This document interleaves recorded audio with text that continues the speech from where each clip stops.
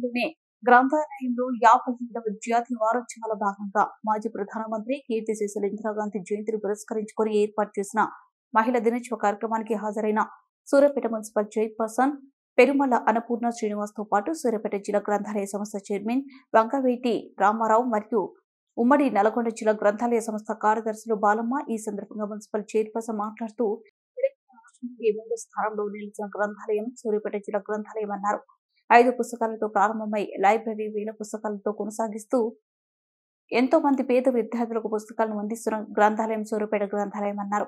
అదేవిధంగా నూతన గ్రంథాలయ భవనానికి కేటాయించిన నిధులను వెంటనే విడుదల చేసి గ్రంథాలయ భవన నిర్మాణాన్ని ప్రారంభించే విధంగా చేయాలని గ్రంథాలయ చైర్మన్ కి తెలియజేశారు. అదేవిధంగా సూర్యాపేట జిల్లా గ్రంథాలయంలో ఎంతో మంది విద్యార్థులు చదువుకుని ప్రభుత్వ ఉద్యోగస్తులు పొందారన్నారు. ఈ రోజు ఈ గ్రంథాలయం ఇలా అభివృద్ధి చెందడానికి ప్రధానమైన కారణం మాజీ మంత్రివర్యులు స్థానిక శాసనసభ్యులు గుంటకర్ల జగదీష్ రెడ్డి అన్నారు. ఈ దేవాలయం చాలా వైభవంగా నడపబడ్డది. ఎందుకంటే మనందరం కూడా ఉన్నట్టు మాట్లాడుకోవాలి. ఎందుకంటే ఈ రోజు మహిళలు కూర్చోవడానికి కూడా సపరేట్ గా ఒక షెడ్ కావాలి, ఒక గదులు కావాలి, వాళ్ళకు వాష్రూమ్స్ కావాలి అని ఒక గొప్ప ఆలోచన చేసి కూడా నిధులను కేటాయించి ఈ షెడ్యూల్ ఇవన్నీ కూడా వేయించింది మాజీ మంత్రివర్యులు జగదీష్ అన్న గారే. అదేవిధంగా కూడా ఒక వాటర్ ప్లాంట్ వాటర్ కూడా చాలా ఇబ్బంది పడుతుండేది ఇక్కడ పిల్లలు ఆ ఇబ్బందిని కూడా గమనించి అన్నగారు వాటర్ ప్లాంట్ ఇక్కడ ఏర్పాటు చేయడం. అదేవిధంగా భోజనానికి కూడా నేను ఎందుకంటే వివిధ గ్రామాల నుంచి ఇక్కడికి వచ్చి పిల్లలు చదువుకునేటప్పుడు భోజనం అంటే వాళ్ళ టిఫిన్స్ తెచ్చుకోక భోజనం బాక్స్ తెచ్చుకొని సమయంలో ఎక్కడైనా ఫంక్షన్ అవుతే అక్కడికి వెళ్ళి తిని ఇక్కడికి వచ్చి చదువుకుంటుండేది. కొంతమంది మాకు తెలియజేసినప్పుడు మేము అన్నగారితో ఇది చర్చిస్తే 15 లక్షల రూపాయలను కేటాయించి ఇక్కడ మధ్యాహ్న భోజనము ఈవినింగ్ స్నాక్స్ కూడా ఇప్పించిన జగదీష్ అన్న దక్కుతుంది. ఎందుకంటే చాలా 2014 నుంచి కూడా సార్ ఇక్కడ దాదాపు 100కు పైన వివిధ ఉద్యోగాలను పొందిన పిల్లలు ఇక్కడ ఉన్నారు. ఎందుకంటే మన డిఎస్ లో కూడా దాదాపు 40 మంది అట్టుంది.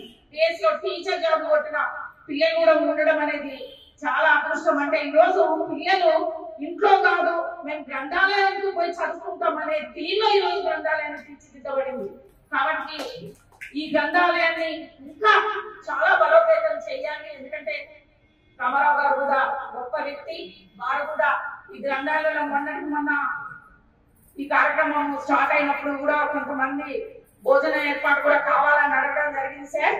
అదేవిధంగా కూడా కలెక్టర్ గారు కొన్ని నిధులను కేటాయిస్తామని కూడా ఇవ్వడం, దానికి కూడా పేద పిల్లలు వస్తుంటారు.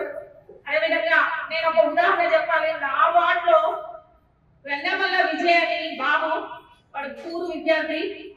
ఇక్కడే గ్రంథాలయం 24 గంటలు గ్రంథాలయానికి వచ్చి గ్రంథాలయంలో చదువుతాడు. అప్పుడు కాదు అంటే తన పుస్తకాలు కూడా కొనుక్కోలేని స్థితి వచ్చి ఇక్కడ పుస్తకాలు చదువుకొని ఈ రోజు తను డిఎస్సి సూర్యాపేట జిల్లాలో 2nd ర్యాంక్ సాధించినప్పుడు అంటే చూడండి పిల్లలు ఎట్లా చదువుకుంటున్నారు. అంత క్రమశిక్షణ ఇక్కడ ఉంది. ఇక్కడ సెక్రటరీ కానివ్వండి మన వాళ్ళందరూ కూడా చాలా పద్ధతితో ఇక్కడ పనిచేయడం, పిల్లల్ని వాళ్ళకు మంచి శిక్షణ ఇవ్వడం ఇక్కడ జరుగుతుంది. కాబట్టి మంచి పిల్లలందరూ కూడా బాగా చదువుకుంటారు.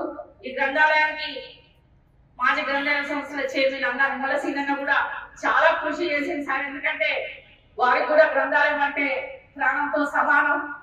అందుకే అన్న కూడా చాలా కష్టపడి పనిచేసారు. ఈ బిల్డింగ్ కూడా ఉండిపోయే దశలో ఉందని సెక్రటరీ గారు కూడా మనం మాట్లాడడం జరిగింది.